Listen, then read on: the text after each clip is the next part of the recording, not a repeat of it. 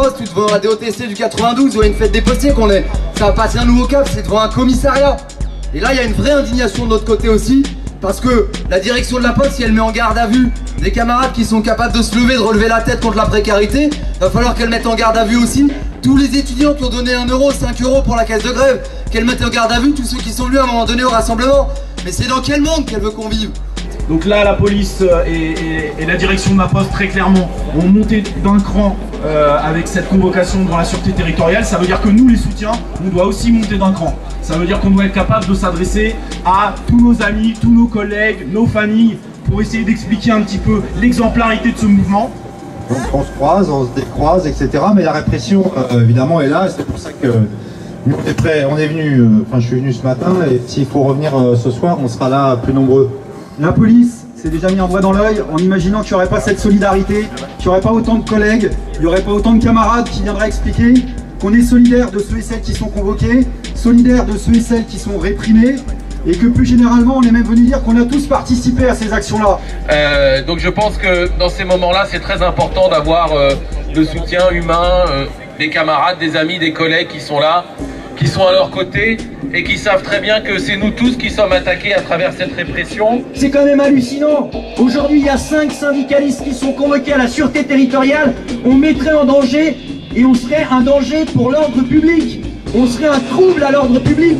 Mais ce qui est un trouble à l'ordre public, c'est de ne pas pouvoir finir les fins de mois. Ce qui est un trouble à l'ordre public, ce qui est une violence, c'est de voir des collègues qui finissent pas leur fin de mois, qui sont là dans leur casier, qui voudraient se mettre en grève et qui chialent parce qu'ils savent qu'ils peuvent pas assumer financièrement. Ce qui est une violence et un trouble à l'ordre public, c'est des collègues comme encore il y a 2 jours qui ont eu une paye qui est juste au RSA après 3 mois parce qu'ils se battent pour que leurs collègues aient un CDD jusqu'à l'obtention du permis.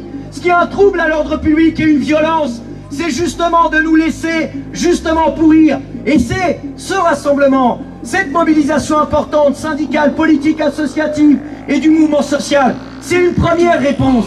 Voilà, moi je risque un licenciement pour faute lourde, pour avoir combattu la sécable intégrée au casier. Et voilà, je suis assez fier de moi, de me battre contre cette injustice terrible, voilà. Non, simplement, oui, encore une fois, merci beaucoup.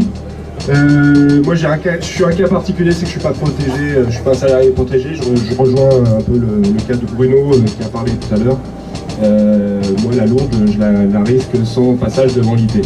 Il faut arrêter les luttes dispersées. Et c'est parce qu'on a cherché, à notre échelle, à se donner les moyens de regrouper différentes sortes de postiers et même de se lier à d'autres secteurs en bagarre, comme les intermittents et précaires. C'est de ça dont ils ont peur.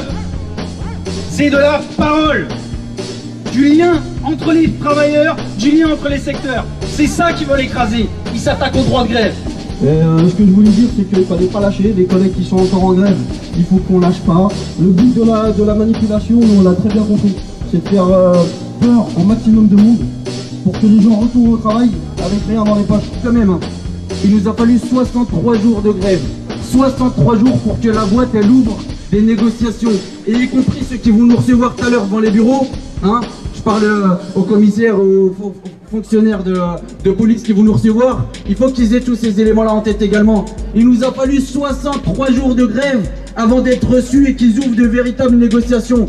Pendant 63 jours, ils nous ont laissé pourrir. Pendant 63 jours, ils ont espéré qu'on reprenne le travail et qu'on se démoralise. Et parce que justement, tous les collègues qui étaient en grève sur le département, ils ont montré qu'ils étaient déterminés et qu'ils n'allaient pas lâcher l'affaire. C'est là simplement qu'à ce moment-là, la boîte elle a ouvert les négos. Et en réalité, sur la question des revendications, la boîte elle a déjà lâché un certain nombre de choses. Il nous reste plus énormément de choses à gagner en termes de revendications. À ce niveau-là, la grève elle est déjà gagnée.